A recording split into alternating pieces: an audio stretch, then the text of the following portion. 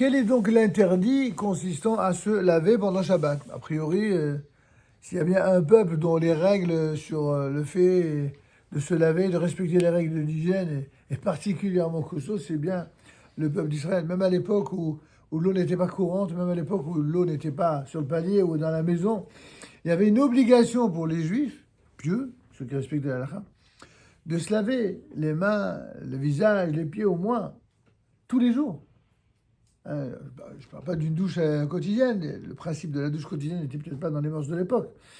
Mais en tout cas, il va de soi que depuis que les règles d'hygiène sont entrées dans les mœurs, de faire les choses de la façon la plus propre et la plus régulière qui soit, on voit bien que tous les rabbins, tous les poskim, tous les décisionnaires ont évidemment encouragé cela. Donc du coup, on se pose la question, quel est le problème? Pourquoi pour Shabbat, qui est un jour par excellence, où il faut s'apprêter, où il faut être propre, beau, etc. Alors je vous rassure, c'est ce qu'il faut faire avant Shabbat. Vendredi, même quand le Shabbat est court, il faut se laver, il faut se changer, il faut avoir une tenue propre et propice qui soit propre au Shabbat. Pas seulement propre au sens de l'hygiène, mais qui soit consacré pour le Shabbat. Et donc l'interdiction de se laver est forcément pour une autre raison. En fait, nos sages ont promulgué un décret interdisant de se laver tout le corps à l'eau chaude pendant Shabbat, même si l'eau a été chauffée avant l'entrée de Shabbat. Ça, c'est marqué noir sur blanc dans le Shulchan Aruch, chapitre 326, au premier paragraphe. Et en effet, à l'époque où cela a été interdit par nos sages, ils craignaient que l'individu soit entraîné à chauffer de l'eau au cours du Shabbat même, et ceci représente une interdiction de la Torah. Vous savez, les maîtres du Talmud qui voient beaucoup plus loin que la plupart des gens aujourd'hui. C'est vrai qu'il y a beaucoup de choses, quand on entend pour la première fois, on se dit « Waouh, qu'est-ce qu'il y a de grave, qu'est-ce qu'il y a d'interdit ?» On est surpris. On est surtout surpris comment aujourd'hui, en 2024, bientôt en 5784, on puisse avoir des règles qui semblent appartenir ou venues de notre âge. Et en fait, il faut comprendre, quand on a la foi dans la Torah, que tout ce que la Torah nous demande et tout ce que les rabbins nous ont établi comme règle en vue de respecter la Torah, ça n'est pas uniquement pour les lois qui y sont mentionnées, mais leurs conditions d'application, c'est parce qu'ils ont vu sur le plan moral et spirituel des choses que peut-être nous, on ne voit pas. Alors quand je dis peut-être, des fois, on sait exactement quelles sont les choses que le commun du mortel ne comprend pas, ne voit pas. Et ce que je vous recommande vivement, parce qu'il y a souvent des gens qui me demandent s'il y a des livres que je recommande à acheter, il y en a un que je vous recommande, mais vraiment à tous.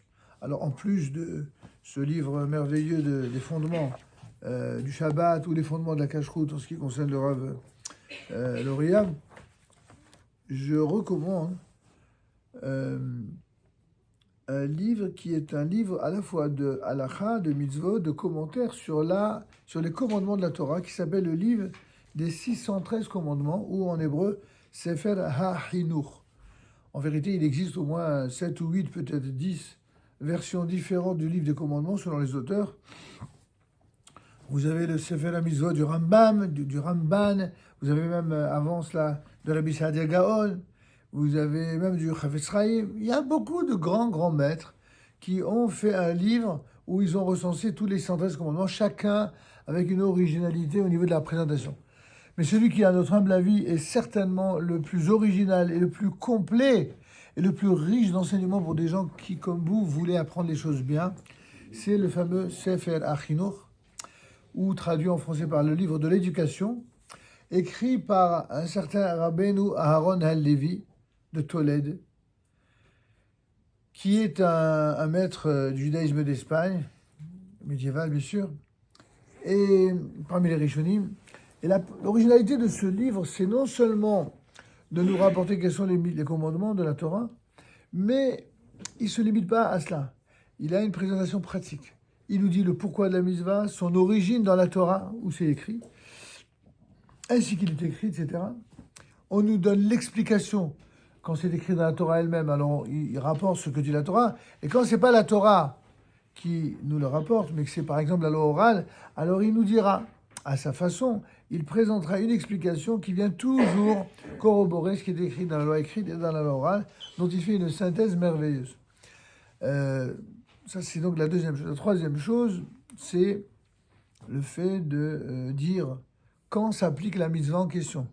Est-ce qu'elle s'applique de tout temps, depuis le mont Sinaï jusqu'à aujourd'hui, ou alors simplement lorsque le temple est construit, ou alors si on est dans une époque d'exil ou une époque avec le Mashiach. Il dit dans chaque mitzvah qu'est-ce qui est faisable ou non.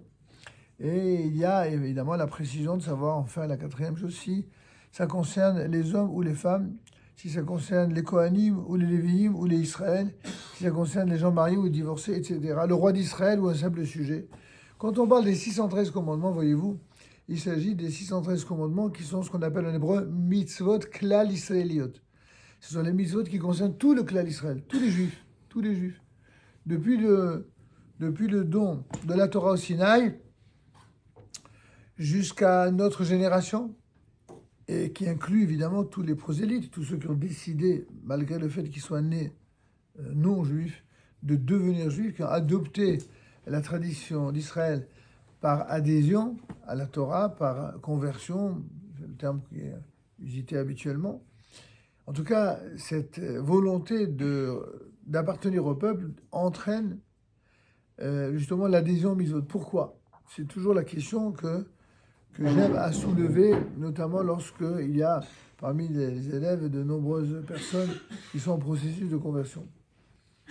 Il y a des personnes qui de bonne foi se disent, mais enfin, pourquoi le Beit Din et pourquoi les rabbins nous exigent de respecter la Torah d'une manière orthodoxe, avec tous les détails de la halakha, alors qu'il y a tellement et tellement de juifs dans les synagogues que vous-même vous fréquentez, qui donnent l'impression d'être un peu légers dans le respect des mitzvot.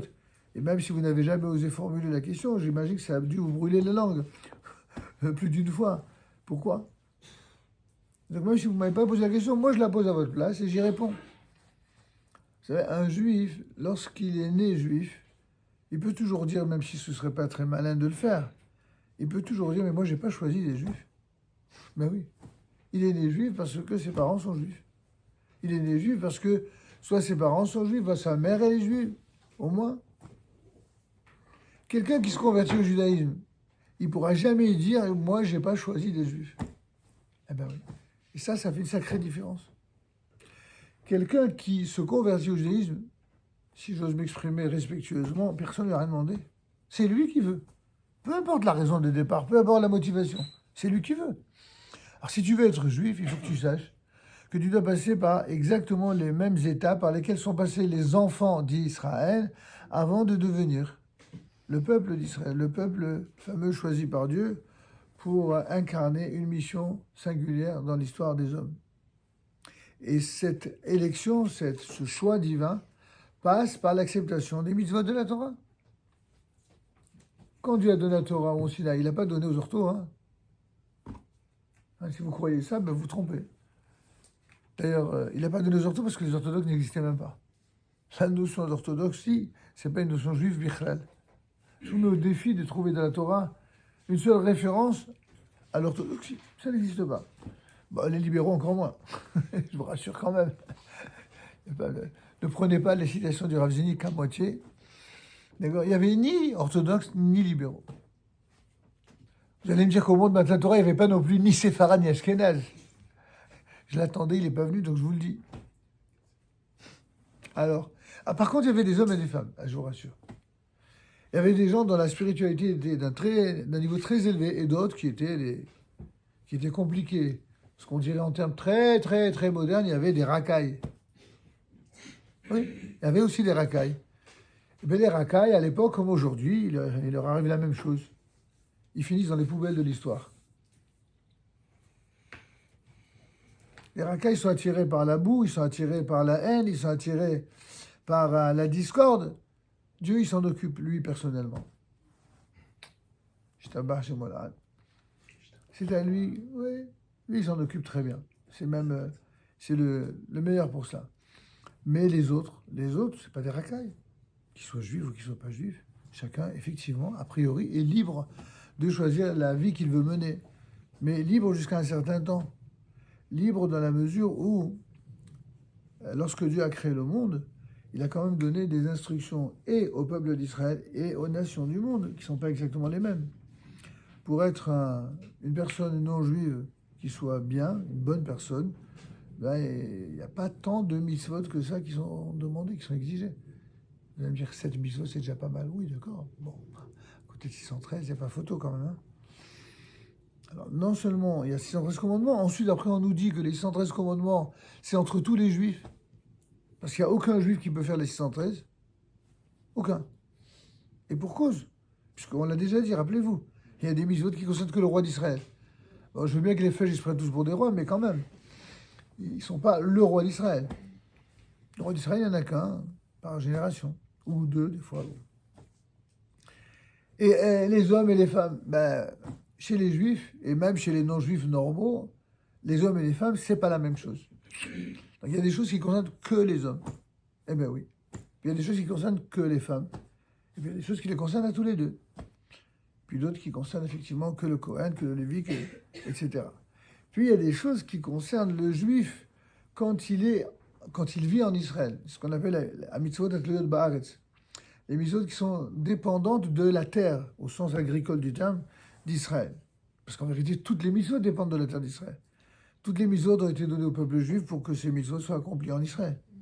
C'est juste que dans la Torah, on nous dit qu'il y a quand même une mitzvah de faire les mitzvot de la Torah, même en dehors d'Israël, lorsque les circonstances de l'exil, de l'histoire voulue par Dieu, eh bien, nous ont amenés en dehors d'Israël. Sauf que, combien de mitzvot on fait en dehors d'Israël et en dehors du temple? À peu près 270. Ça fait maigre hein, sur 300, sur 613 de départ. Si vous voyez ce que je veux dire. On parle de 613 et finalement on arrive autour de 270. C'est pas... c'est cool. Tout d'un coup on a l'impression qu'il n'y a rien. Non, les 270 mitzvot, c'est des super mitzvot. C'est déjà pas mal de les faire.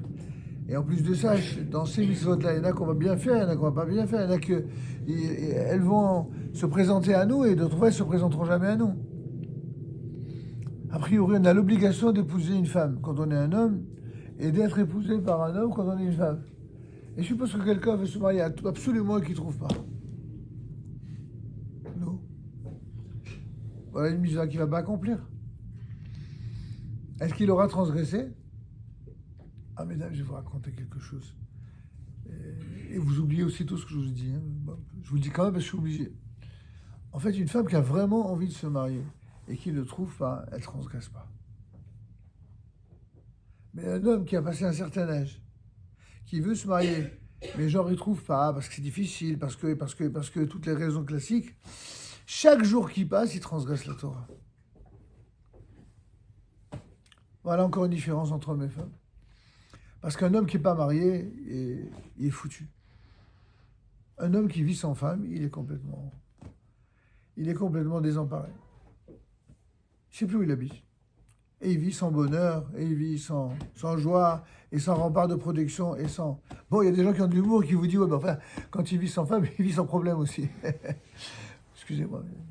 Il faut bien que je les défende un petit peu, quand même, après que je les ai accablés de la mauvaise nouvelle. Alors, mais pour être plus sérieux, c'est justement ça, le bonheur d'être marié. C'est d'accepter. C'est d'accepter la complexité extraordinaire que constitue une femme. En fait, une femme, c'est ce qui permet à un homme d'être vraiment un homme. Commencez par la supporter. Ça, c'était la bonne nouvelle. La mauvaise nouvelle, c'est quoi? C'est lorsqu'il n'étudie pas la Torah, il est mort. Parce que une femme, c'est un Zohar. C'est-à-dire la partie la plus ésotérique de la Torah. Chaque femme est un monde, un univers en soi. Et qu'il convient évidemment d'aimer, de respecter. Enfin, pas toutes les femmes, une seule, je précise, qu'il n'y ait pas d'ambiguïté sur l'enseignement. Mais ça veut dire qu'il faut se hisser au niveau de mériter la femme, avec laquelle on décide de convoler en juste noces et construire avec elle. Et comment un homme se réalise? Bien sûr, par l'étude de la Torah, l'accomplissement des mitzvot, mais d'abord, la première de toutes les mitzvot de la Torah, c'est d'épouser une femme. Parce qu'en épousant une femme, bien sûr également avoir des enfants. en tout cas essayer d'en avoir si cela est physiquement faisable, eh bien, lorsque on épouse une femme, eh bien, le simple fait de savoir gérer la relation homme-femme, c'est précisément ça qui fait qu'un homme devient un homme, un vrai. Et on est à des années-lumière de tout ce qu'on entend ici ou là, mais bon, c'est un sujet en soi. On reviendra quand on parlera de la préparation au mariage. Alors revenons tout cela, parce qu'en fait, on s'est très très éloigné, mais revenons à notre mitzvah relative à l'interdiction de se laver pendant Shabbat. Pourquoi on se lave pas pendant Shabbat? Le sage a promulgué un décret interdisant de se laver tout le corps à l'eau chaude pendant Shabbat. Et on a expliqué parce que, en fait, on craignait, les Chachamim craignaient que l'individu en question soit entraîné à chauffer de l'eau. Et là, c'est carrément une interdiction minatora. En d'autres termes, si tu donnes ça, allez, dès que les gens, tu leur autorises une chose, eh bien, ils s'autorisent beaucoup d'autres choses qui ne sont absolument pas permis. Et ça, c'est quelque chose qui est vraiment dans la nature humaine. Tu donnes ça, ils veulent ça. C'est comme ça. Il y en a où c'est carrément... ça relève de la... c'est pas que de la psychologie, mais de la psychiatrie. C'est encore pire. Ça va très, très, très loin. Il y a des gens, voilà, vous les mettez à l'aise une fois et ça y est. Vous êtes étranger chez vous. Vous savez ce que je veux dire? Tu leur donnes ça, ils veulent ça. Ben la Torah, non. La Torah nous donne des règles, comme j'ai dit tout à l'heure à propos de la relation homme-femme. Elle donne des règles d'abord parce que être un homme, c'est savoir respecter des règles. Être un homme, c'est savoir respecter un cadre. Et celui qui ne sait pas, qui n'apprend pas à respecter des règles, eh bien, d'abord, ce sera un mauvais mari. Un très mauvais mari. Et ce sera encore un plus mauvais père. Et donc, à part le divorce assuré, c'est une cata pour les enfants qui viendront s'ils viennent. Donc, tout dépend, on disait tout à l'heure, du caractère indispensable d'avoir une femme qui soit échetraï, une femme vertueuse, une femme vaillante. Mais un homme, c'est la même chose. Tout le monde parle de parité. La seule chose dont la Torah parle en termes de parité, c'est pas un contrôle pour savoir qui est plus que l'autre. La Torah ne parle même pas du terme de parité, elle parle de complémentarité, où chacun doit être lui. Il ne doit pas essayer d'être l'autre. Et chacun doit apporter à l'autre ce qui lui manque pour devenir plus grand. Si chacun le comprend, l'assume et le vit et l'accepte avec bienveillance vis-à-vis de l'autre, alors ça marche. Ça marche, ça fonctionne grâce à Dieu en tout cas. Les nombreux couples qui restent mariés pendant toute une vie et qui apprennent à se supporter, je dis bien apprennent à se supporter. Il n'y a aucun couple sur la terre, à part dans les films évidemment de Hollywood, on fait croire qu'ils se marièrent et ils eurent beaucoup d'enfants. C'est gentil dans les contes de fées, c'est gentil et c'est possible qu'effectivement un homme et une femme soient très très heureux, que Dieu fasse que vous le soyez tous, mais n'allez pas croire que c'est quelque chose qui vient de manière automatique, c'est tout le contraire. Ce qui vient automatiquement, c'est la faillite. Ce qui vient automatiquement, c'est le divorce. C'est-à-dire que pour rester marié, c'est la même chose que pour rester en vie. Il faut se battre. Mais ce n'est pas se battre contre l'autre. C'est se battre contre soi avec l'autre. Je ne sais pas si vous comprenez la nuance. Alors, la même chose le Shabbat. Le Shabbat, on doit respecter des règles. Parce que respecter des règles, c'est pas simplement respecter le Shabbat, c'est respecter Dieu, c'est se respecter soi-même. Et c'est introduire dans sa vie, dans son couple, dans sa famille, dans sa relation aux enfants, un cadre qui permette, comme un code de loi bien sûr, mais comme un mode de vie, quoi. Un mode de vie avec un mode d'emploi. Vous suivez le mode d'emploi, une machine elle va fonctionner. Si vous ne suivez pas, vous vous excitez comme un malade, ça ne va pas marcher. Il faut respecter. Cet interdit s'applique aussi si l'on désire laver la majorité du corps et pas seulement l'ensemble du corps. C'est-à-dire même si chaque membre du corps est lavé séparément. Néanmoins, il est permis de laver des parties spécifiques du corps, telles que par exemple le visage, les mains ou les pieds. Justement parce que pour l'hygiène liée à la sainteté, la pureté des personnes, cette partie-là, encore une fois, le visage, parce que le matin, on a l'obligation déjà de se laver le visage et les mains, les pieds, si c'est nécessaire, si on n'a pas les pieds propres, et ou autre partie qui est habituellement couverte, tant que celle-ci ne représente pas la majorité du corps. Et donc cela s'adresse aussi bien aux hommes qu'aux femmes. Toute chose qui est de nature à être un manque d'hygiène manifeste, alors dans ce cas-là, on a le droit. Seulement, on verra que il faudra le faire à l'eau froide et pas à l'eau chaude pour les raisons invoquées. On va voir maintenant que pour se laver à l'eau froide, la règle est quelque peu différente. On voit ça tout de suite.